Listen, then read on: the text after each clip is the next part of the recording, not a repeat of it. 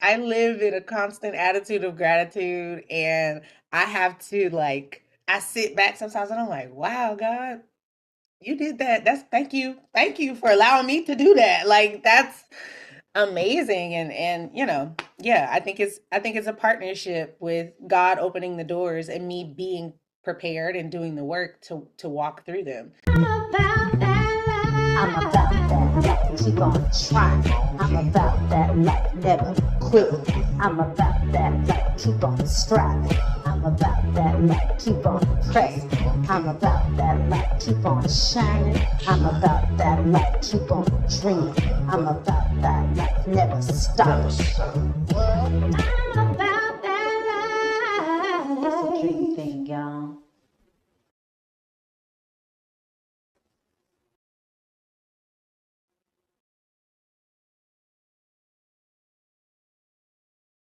Singer, actress, performer, producer, one of Broadway's finest leading ladies, Aisha Jackson. Aisha! Oh, I'm so excited. Aisha Jackson is in the house, guys. Oh my Yes. goodness. I am like trying to keep my composure because I am a big time admirer of this Don't keep person it. right here. Do whatever. Do whatever. Go for it. It's the truth. I really am a big time admirer of your work, and I'm just so grateful to have you on the show today. I don't really know Aisha personally. This is our first time meeting over Yeah. Zoom. Yes, yes, She's, yes. she's in New York. I'm in LA. But this is a rare treat for me and a true blessing. I'm so grateful.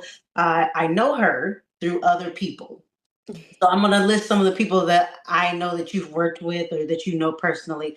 The first connection that I have to you is through Jamar Richardson. Yep. I was gonna say Ohio, my Yeah, bestie. yes, exactly. Jay and Yeah. I went to school together in high school, and I was a little familiar with you because of the thespian conferences that you and Jay were a part of Yeah, back in the yeah, yeah. day. Yeah, Hairspray. yeah. Yeah. Yep, absolutely. And then a few years ago in 2019, I was working with an artist by the name of AJ Lockhart, and Oh he mentioned yeah. you. Yeah, we went to high school together. Oh, I didn't see you even tell me that. So that's awesome.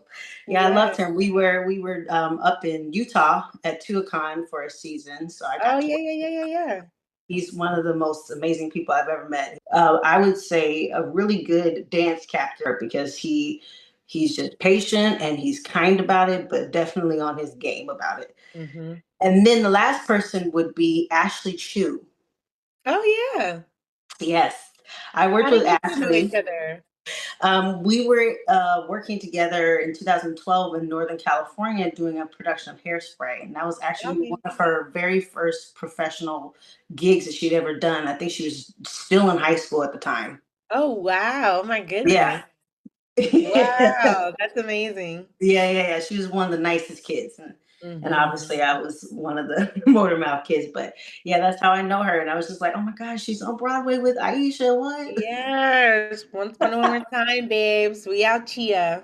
Yeah. So it just goes to show you that a lot of people are connected to each other all over the globe when it comes to theater and acting. Oh, And for sure. yeah, I love So it. many random connections I always. know, but I'm just happy that we finally got to meet. And I want to list some of Aisha's incredible credits. So, starting off, we have Beautiful, the Carole King musical on Broadway, Frozen on Broadway, Paradise Square Broadway, Once Upon a One More Time Broadway, Yeah. Disney Princess concerts, and she's recently been on Broadway playing Daisy in The Great Gatsby.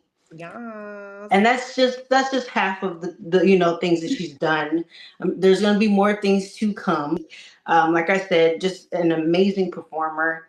And my first real question is, why do you do what you do, Aisha? I love it. That's one of the things. I also feel like it's a ministry, a purpose, a calling that has been placed on my life. Um to use my gifts. I've always prayed since I was like a little baby girl, to use my gifts to inspire others, and to shine a light for God, and just to minister to others and let them see themselves, hopefully, in me. especially for my young chocolate drops. It's very important to me to have representation on Broadway, TV, film, music, like everywhere, performing arts and abroad. I think it's very important for young people of color to see themselves doing all of these different jobs, you know, on stage, behind the scenes, because I think sometimes you need to see someone who looks like you doing it to believe that like you're capable of it. And so that's why I do it, because I think the representation is important, because I love to sing. I've been singing since I was a little girl, and musical theater is just a medium that I feel very happy and at home and comfortable in. And so once I felt that first little drop of peace from being on stage as well as joy, I was like, "Oh, okay, I think this is something that I desire to pursue." And yeah, that's why I do it. You know, what was the performance that you saw that made you go, that's what I'm wanting to do as a career? It wasn't so it was like a two-part thing. When I was in the 6th grade, my brother's high school, performing arts high school that I ended up attending, was doing a production of Once on This Island, and they needed a little girl. And so he came home and was like, "Do you want to audition for it?" And I don't really think I knew what I was auditioning for. I think I just did it because my brothers were doing it. And we all sang together in church and stuff like that. And so I auditioned for it and I got it. And then I went into the room for rehearsals and I saw the woman playing T Moon. And I was like, "Who's that? What's she doing? I want to do what she's doing, you know?" And so I think that, like, you know, the bug bit me in that scenario. And then I ended up going to that performing arts high school and I did a production of Aida, where I was covering Joaquina Calacango, Tony Award winner. We went to high school together. And I went on for Aida. They let the understudies have like one show. And so I went on, and when I was doing it, it was, I think it was Past Is Now Another Land, and it was just me on stage, spotlight. You really couldn't see anything else. And in that moment I was like, "Oh, this is cool. Like, I love this. Like, I feel so comfortable. I feel at peace. I feel at home on the stage doing this." And so I think that was when I was like, "Oh, okay, this is what I want to pursue." Because my mom is a teacher, my dad is a pastor. Like, I wanted to teach for quite some time, to be a teacher. And I Mhm. still get to do that in this career. Like, I mentor kids and I teach workshops and stuff like that. But pursuing musical theater was something that happened when I was in that production of Aida. It was a choice that I was like, "Oh, okay. I think I'm going to go to school for this and I'm going to study some more, and then I'm just going to pound the pavement," as they say. You were in high school when you did Aida? Yes, I was a sophomore in high Mm. school. That is a beast of a role, my goodness, for a high schooler. I Yeah, mean, I know that was probably around the time when everybody was getting the rights to the high school version of probably. Aida, because Probably. I know what time you're I know that time frame because I remember my high school, I think they did Aida before I actually started attending it, but, that's funny. That's a big shoe to fill. I mean, the Heather Headley's. And I know you've mentioned a few times on your social media how much she means to you. The fact that you as a sophomore could handle playing Aida or even understudying just shows It's the level that you wild. are already working at to get to the point to be on Broadway as many times as you have. It's incredible. What has made playing Daisy in The Great Gatsby on Broadway the most special? Oh, I'm getting to sing Jason Howland's music. He's a friend Mm. of mine, and he is the composer over there and music supervisor, and comes in to conduct as well, and arranged the music as well. And he's a good friend of mine. We met for Beautiful, the Carole King musical, my Broadway debut is him. He also did the music for Paradise Square. So like I've gotten to connect with him, on my journey in that way, but we're also friends, and we just like went in and judged and made it mine, which, a lot of a lot of composers don't do that. They're like, this is what I wrote, and here you go. um, Sing notes as the yeah, and he's singer. like, here you go. But he's like, he's so I think that's a level of humility and a level of love for the art to allow different people to come in and embody the role how they embody it truly. And so yeah, the first day of rehearsal, I just went in and we sat down and we just went through all the music and he's like, "Okay, so do you want to do this here and do what should we do this here and should we?" And like we just went and like our brains are in sync and I'm like, "No, but what if I do this?" And then what if and so like that to me being able to have another opportunity to bring his brilliant music to life on a Broadway stage was a blessing, and to be able to craft that together as friends. And we did the workshops. I did the workshops with him. So it was a cool full circle of like some of the stuff we did in the workshop being like, let's put that back in, and like, all these different moments of creativity just like sparked as soon as we got in the room together again. So that was very beautiful. And then, he comes back and he conducts every now and then. And so being able to also do the show with him, in real time was very special, very beautiful. Um, and yeah, like just being Daisy, like that's a big deal, I think, for a show that is not, for a book and a story that is not necessarily Black. So that was very special to me to be able to embody that character and, make her mine and allow, again, my young chocolate drops to see themselves in yet another role, to say like, we could do this too, Yes, you know. absolutely. And you're doing it. Like I said, I mentioned most of the I just mentioned all your Broadway credits, and that's like 5, 6 credits. Like you Seven have to is seven. I'm sorry. Yes, you're right. No, no, no. Correct me, please. Correct me. 7 credits on Broadway, and that's not easy to achieve, to even No. get to one. Like you have to be pinching yourself sometimes. Like I've been on Oh, Broadway. always. Uh, Always. I live in a constant attitude of gratitude, and I have to like I sit back sometimes and I'm like, wow, God, you did that. That's thank you. Thank you for allowing me to do that. Like that's amazing. And yeah, I think it's a partnership with God opening the doors and me being prepared and doing the work to walk through them. Because I think that, opportunity can come knocking, but if you're not ready for it, you know.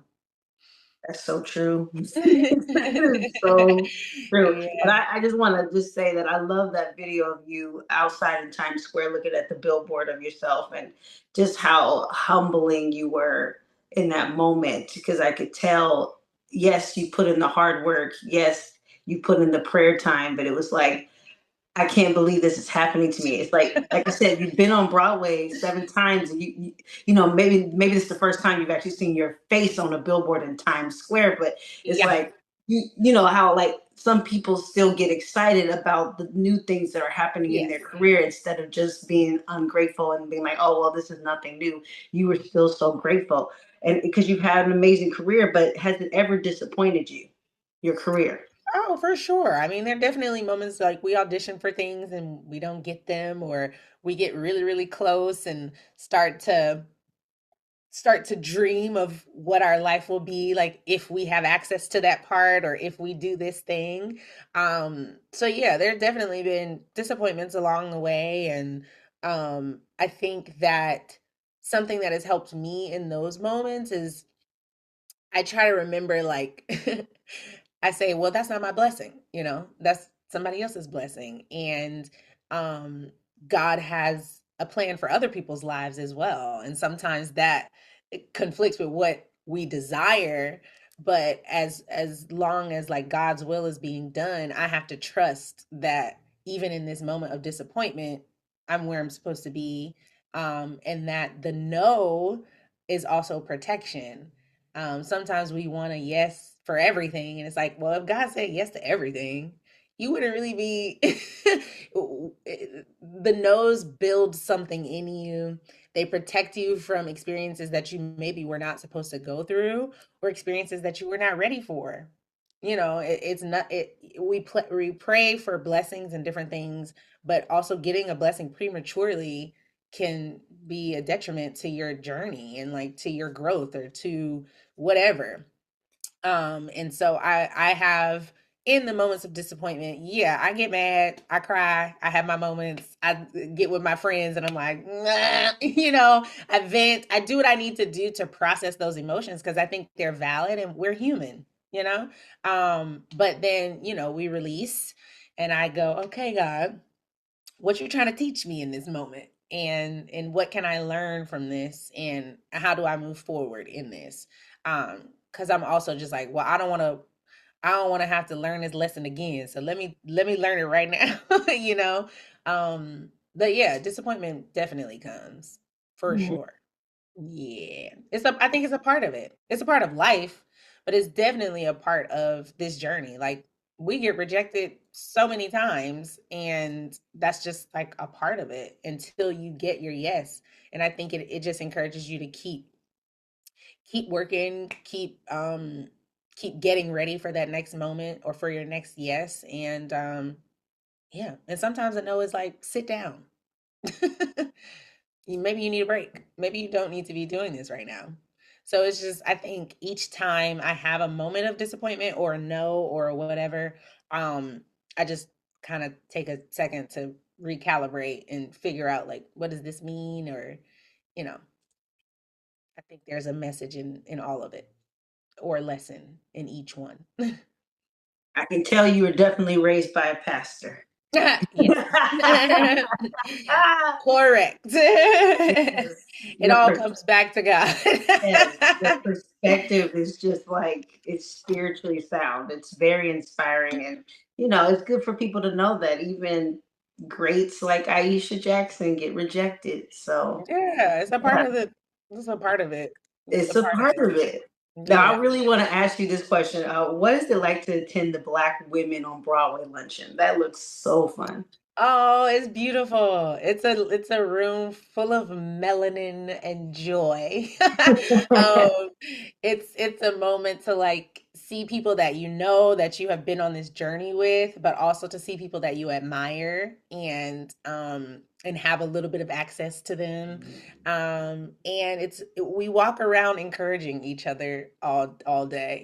We're like, yes, you look great, but also, girl, I've been watching you and I just think that you are so, like, we just go and connect with each other. I know the most recent one, I was talking to Ayanna Jackson, and I call her my cuzzo.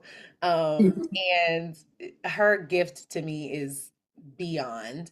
And she then started pouring into my life, and I walked away from her crying. I was like, "Oh my goodness, thank you! Wow!" So there are moments of that, and we're planting seeds of friendship, but also seeds of encouragement, um, and then we get to like watch people receive awards, and hear their words of wisdom and encouragement and support and love. And yeah, it's just it's a beautiful space that they have built for community, and for cutting up, and we dancing and we eating all day. It's and we leave with goodies, from Black owned businesses. So it's a special place, and I'm happy that it exists. I love there was a picture of you and why am I blanking on her name all of a sudden? Anika Noni Rose. Oh yes, There was that's a my picture. sis. Yes. And Yes. I feel so bad. I didn't even mention that. Please forgive me. She was Oh, at the New whatever. York, she was at the New York City Center, and she was Yeah. doing a production of Wonderful Wonderful Town town. with Yeah. the amazing Anika Noni Rose playing her sister. I should have mentioned that. I'm so sorry. Whatever. It's Literally in the middle fine. of that. I said, how could I forget of mentioning that? But yes, that's also another recent credit. And I was sad because I was out there kind of around the time when that was occurring, Uh-huh. but I couldn't come see the show, because I was traveling with a 3 year old. So Yeah. It's hard to I figure out. understand. My sister You has know. my nephew's turning 3 next month. So I Congratulations! get it. I get Yeah, it. yeah, Congrats yeah. to you as well. Okay, Thank mama. you. Yeah, Come yeah. on, So yeah, so I was like, oh my gosh, she's working with Anika Noni Rose. That's so cool. babes. And yeah, and the picture was right there on a couple of the See, tables. the first day, I like bowed to her. I would have curtsied and everything too, Yes, but yes, hello, yes. Princess Tiana. Hello. Yes, we went around the circle and she was standing next to me and it was so funny because from the first day like we were in the circle together and she was like whispering stuff in my ear like very sister like vibe. And I'm laughing at her and stuff and then we get to me and I was like, I'm Aisha and I get to play this wonderful human sister and I just like bowed down to her in front of everyone. I was like, babes, respect. Do you know Yeah, who the student absolutely. is? There she has, oh my goodness, yeah, respect. She's our princess. Got to Yeah. give her some respect. Hey, are you liking this episode? You are? Oh, thank you. Well, you know what you could do? You could hit that like button for me. And you know what else you could do? You can hit the share button. And you know what else? You could even hit that subscribe button. Yes, you could absolutely hit that subscribe button and help a girl out. That would be absolutely helpful. Thank you so much. Now back to the episode. Now, I Mhm. do want to transition into something that, is not so positive about being a performer on Broadway, working 8 times a week, and that's vocal health. Well, it should be positive. It should be a Yes, positive it conversation. should. I want Yes, I want us to start talking about it more so that people don't feel like stigmatized about it, you know? yes, Um, absolutely. it's such a like vocal health is important. Just like any athlete. Hmm. That's our muscle that we're using. And when you push it to its limits, it pushes Yeah, back and it lets you yeah. know, hey, could we please take a second for us? Thank you so much. I'm so happy that you were so vocal, not trying to be pun Yes, intended, yes. but you were so vocal about it because, like I said, it humanizes such talented individuals that we're so used to seeing on Broadway, like yourself. Yeah. We're thinking that you guys are superhumans and that you don't tire, that you don't get hurt and injured. I don't know if you remember the Tonys in 2018. I remember Josh Groban and Sarah Bareilles made a song. They did like a sort of Uh, hit song about the trials of being a Broadway singer mhm, and, and having to take vocal rest.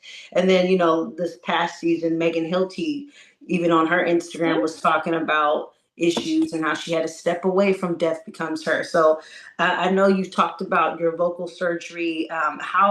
How did you handle having to go in for vocal surgery and then transitioning into doing The Notebook on Broadway, which is a very vocally demanding show because you were the lead. The lead. Precisely. It was an act of faith. That is what I say.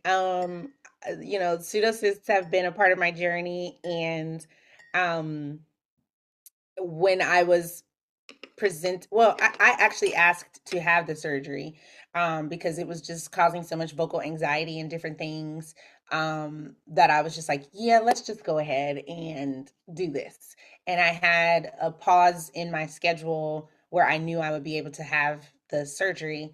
And I was like, okay, let's do it. And so to me, like I went in very hopeful and joyful about it. I wasn't of course there are nerves, but I had a certain type of procedure for varices on my pseudocyst month like years prior, and so the healing process for that was similar to what the healing process from the surgery was going to be. And so because I had experience with that sort of discipline after a procedure or something, like I wasn't scared about having to go through that healing process. And so I was excited. I had the surgery, and then in my healing process, which is it's 6 to 8 weeks, and so you have like a week of no speaking, then you have a week of speaking 5 to 10 minutes every hour. Then you have the third week is conversational speaking, and then the fourth week you're able to go back to voice lessons. And then weeks 5, 6, and 7, you're just rebuilding your vocal cords. Um, and there are speech pathology exercises that you're doing the entire way. And yeah, so like to me, I was excited for it. And I was like, the way my God works, my voice is gonna be covered and it's gonna come back even better. And so I went in very hopeful and I walked out very hopeful. And I think that hope and that faith, belief in God, but also in my gift, allowed me to go through my healing process very joyfully. And the day of my first voice lesson post op, is when I got the call for the notebook. And they had been calling, like my agent being like, would she consider? And I was like, huh? Aren't they about to close? Why do they need new people? And my agent was like, yeah, I think they want to put new people in. And I was like, okay, sure. And to me, like I had sang the score with my pseudocyst when I first auditioned for it years prior. And so I was like, well, if I sang it with it, I'm sure I can sing it without him. So I said yes. I was just like, I would love to do that as long as they are in alignment, as long as the schedule is in alignment with my healing, then yes.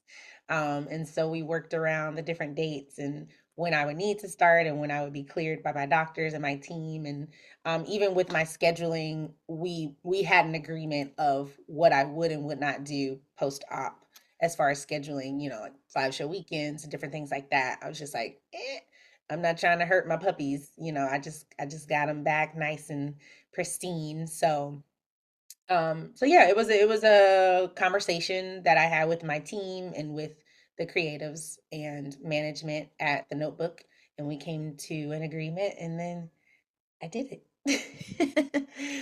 You um, sure did, man. She came in like, I mean, everybody was like, "We love you, Joy Woods," but oh my gosh, we get Aisha Jackson now. which was beautiful, Like, and it's also beautiful to like to see the character that she built and the love that everyone had for her and her version of it, but then to also be embraced. um and not compared to, just like, yeah, that's our version, this our version, here we go. And I think that absolutely. that was beautiful to walk into. And there was anxiety of coming back. I was definitely nervous, and I had to work through my own performance anxiety that was arising.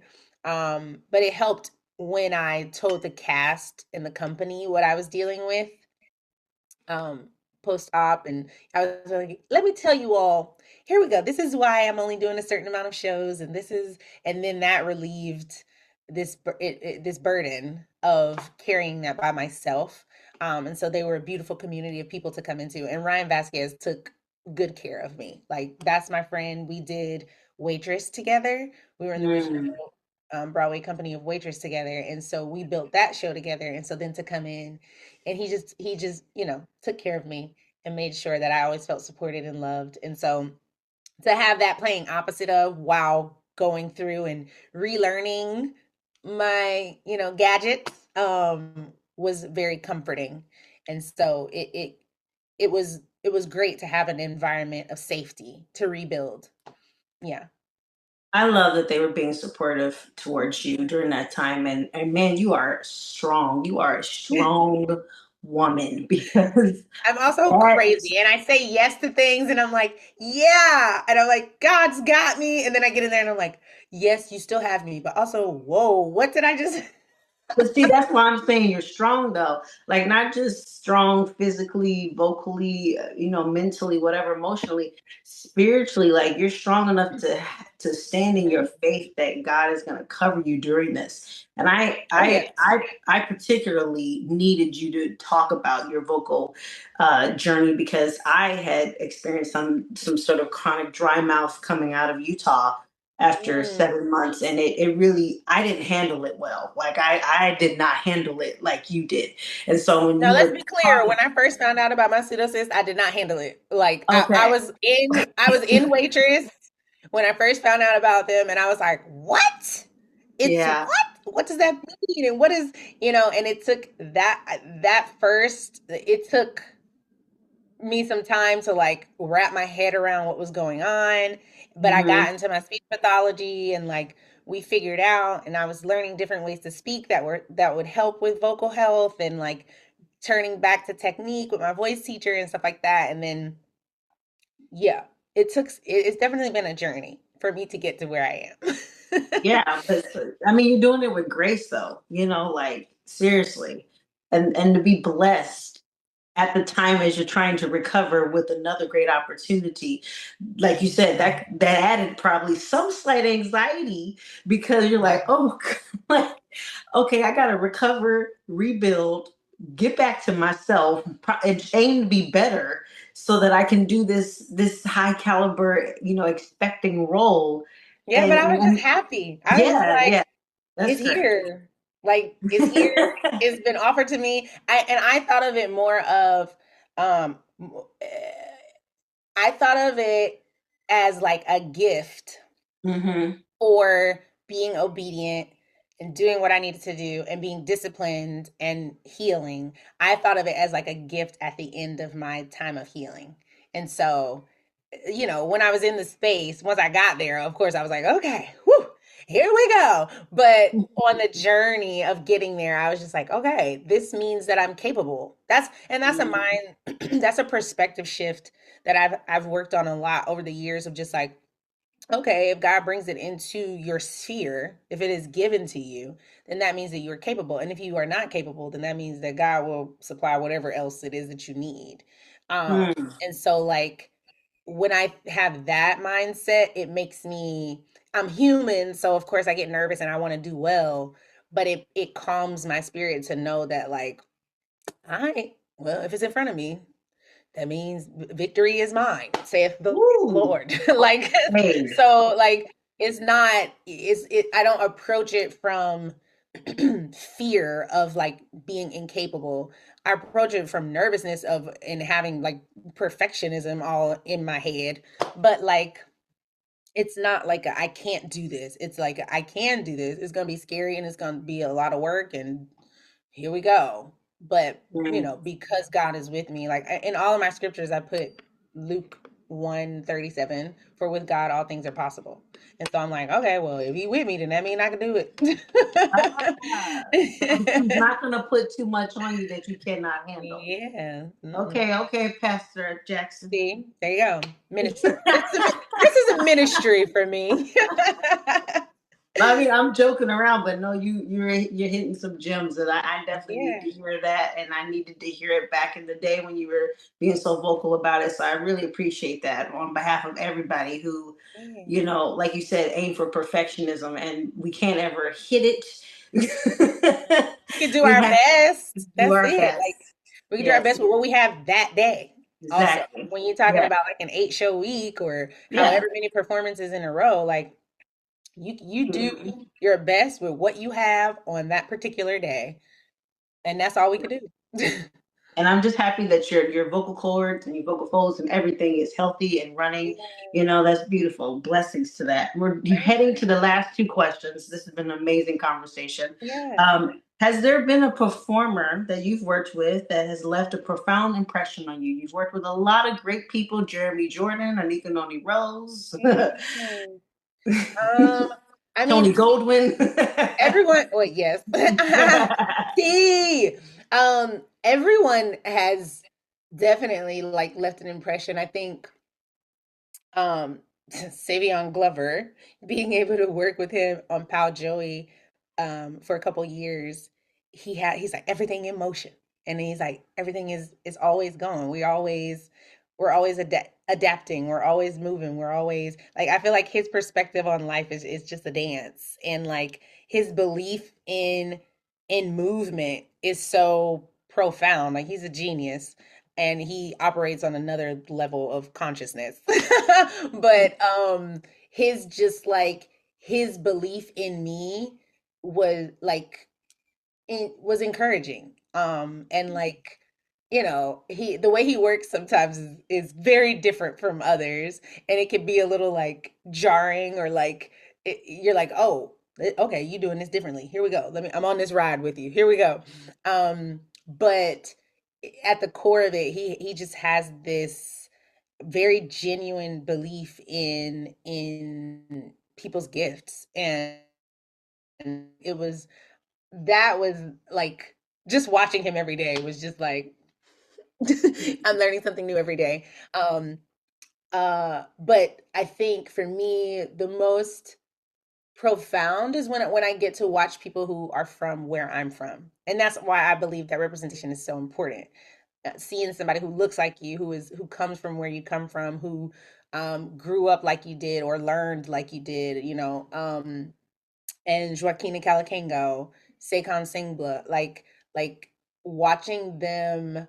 Saquon was the first Black Elphaba on Broadway ever, and she was a standby back in the day. And just like seeing her, she would come back to our school and like talk to us, and like having her come into my class and sing The Wizard and I, and like me just being this young impressionable theater kid. I'm like, oh, that's possible. This is possible. Cool. And then coming to the city and watching her in plays, coming to the city and watching Joaquina and being able to be her standby and like watching her is a master class. She is so like dedicated to the craft of storytelling, and like anything that is coming out of her mouth is going to make sense. The dots are going to connect. You are going to understand why this character is going on this journey and making this choice and saying this word and singing this note. It's just like I was just sitting back, like just taking notes. Like I was learning the part so that I could play it, but I was also just like, whoa, like what this woman is capable of is so beautiful. And to also know like we come from the same high school, and like Mm. it's just whenever I would see the two of them winning, seeing her win her Tony Award, seeing like it just it's like, oh yes, this is possible. Oh yes, here we Mhm. go. Oh yeah, you're doing what you're supposed to be doing. Oh yep, you're on the right track. Yep, you can do it too. Like it's just that to me is so important and so impactful. Um yeah, and to see these chocolate women, these dark-skinned women out here leading Mhm. shows and creating roles and making space for us. It's just beautiful. So, yeah. That performance at that Tony's was heartbreaking. Baby, she gonna give it her all, okay? Yeah, she did. She did a Every great job. time. Yeah, Every single time. Yeah. yeah. I also love that you worked with Dorian Harewood because he's from Dayton, Ohio. So Oh, yes. Oh my yes. goodness. Oh my good. The two of them. Whew, the I two of them. was They gonna jump out of my seat if you said Dorian Harewood. I'm like, oh, because I love. well, that man, I don't understand. He missed one show in One his show. entire run Oh at God, the Notebook. go One, on. and it wasn't because he called out. It was because he like I think he was stuck in traffic or something. Oh, okay. So he could come because it was a late call out, and we were all like, "What's going on?" And it was because he was stuck in traffic, and I was Oh, like, "I don't understand how this man has done that. He has done every single show. What him and Marianne, that's a master class. mm. Watching them do what they were doing is also a master class. Marianne, my goodness, she made an impression on me because before every show, she would go to every single dressing room and wish everyone a great show. Oh, that's Every sweet. every single show, and I was just like, that is so thoughtful.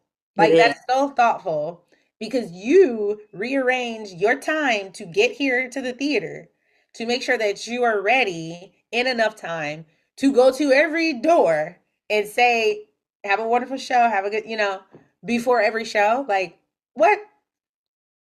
Yeah. Mm.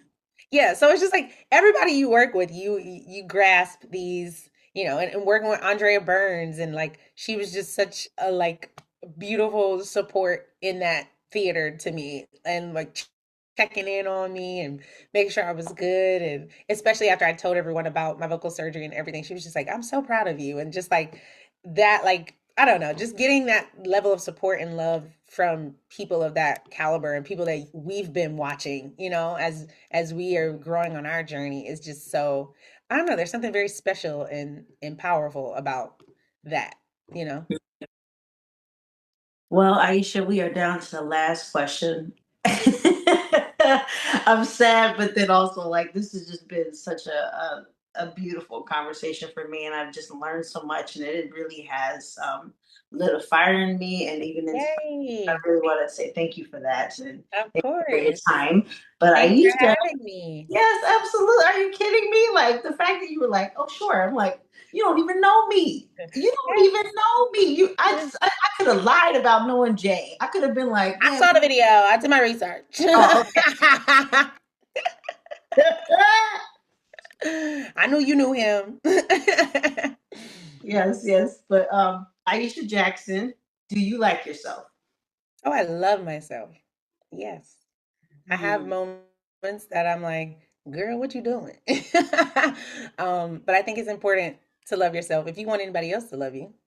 Also, to bring it back to the word, love your neighbor as you love yourself. You can't love your neighbor if you don't love yourself. If you hate yourself, then that's how you're treating your neighbor, right? So at the end of the day, it is a commandment for us to love ourselves, and what a disservice to ourselves and to the world if we don't, you know. And it's not easy for everybody. That it's easier said than done for some folks, but I encourage everyone to figure out the things that they love about themselves. And I think also in this industry, we're asking people to believe in us. So if we don't love and believe in ourselves, how can we ask someone else to do that? You know? Yeah.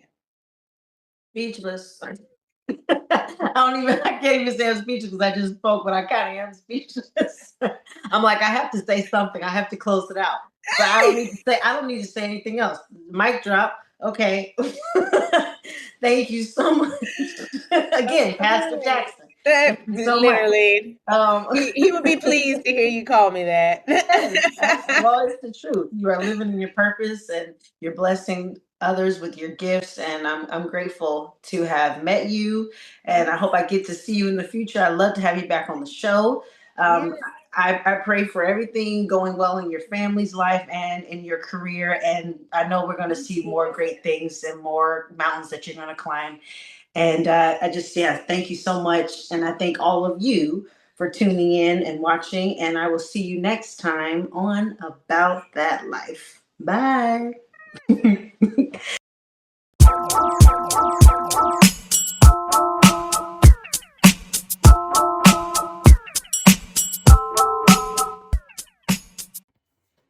And that's a wrap on season 5 of About That Life, y'all. We did it. Woo! Thank you to all my viewers for watching this season. Thank you to my amazing guests. Thank you to Paige Herschel, Sunwell Love, Sarah McGuire, Judah Lacey, and Aisha Jackson. You're all amazing. Please keep dreaming. I will be back in the future. Do not worry. This is not the end. We might be getting rid of the seasonal format, but we're going to come back stronger and better, and we'll be back more consistently. So I'm excited about that, guys. So let's see what happens in the future. I'll see you then. Bye.